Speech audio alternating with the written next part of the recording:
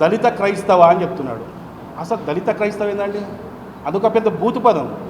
భారత రాజ్యాంగంలో దళిత క్రైస్తవ అనే పదమే లేదు. అసలు రాజ్యాంగంలో అంబేద్కర్ రాజ్యాంగం రాశారని చెప్పేసి వీళ్ళందరూ నమ్ముతున్నారు. సో అంబేద్కర్ ఇక్కడ కూడా రాజ్యాంగంలో దళిత క్రైస్తవ అనే పదం రాయలేదు. మరి కొత్తగా దళిత క్రైస్తవ అని చెప్పేసి ఎందుకు వస్తున్నది ఇది? అంటే మా హిందువులు మేమంటే మీకు నచ్చదు, మా ఆచారాలు నచ్చవు, మా పండుగలు నచ్చవు, మా దేవుళ్ళు నచ్చరు, కానీ మా రిజర్వేషన్ నిజమైన దళితులం మేము, భారత రాజ్యాంగంలో చెప్పబడిన నిజమైన దళితులం మేము ఎస్సీ మాలా మేము దళితులం, అది మా హక్కు, అది మా హక్కును తీసుకొని దళిత క్రైస్తవులు అని చెప్పేసి మీరు ఎట్లా తీసుకుంటారు? మీరు సరే మీకు సరే ఒక్కొక్కడికి ఒక్కొక్క డిమాండ్స్ ఉంటాయి.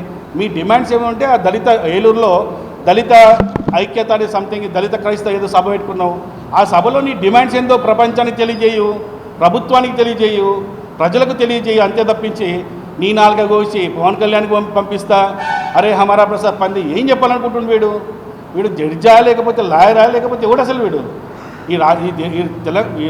ఆంధ్రప్రదేశ్ రాష్ట్రంలో ప్రశాంతంగా ఉండాల్సిన ఈ రాష్ట్రంలో మత ఘర్షణలు చెప్తున్నా వీడిని అరెస్ట్ చేసి వెంటనే ప్రభుత్వం అరెస్ట్ చేసి గట్టిగా పనిష్మెంట్ ఇవ్వాలని చెప్పి మనస్ఫూర్తిగా కోరుకుంటున్నాను. Thank you.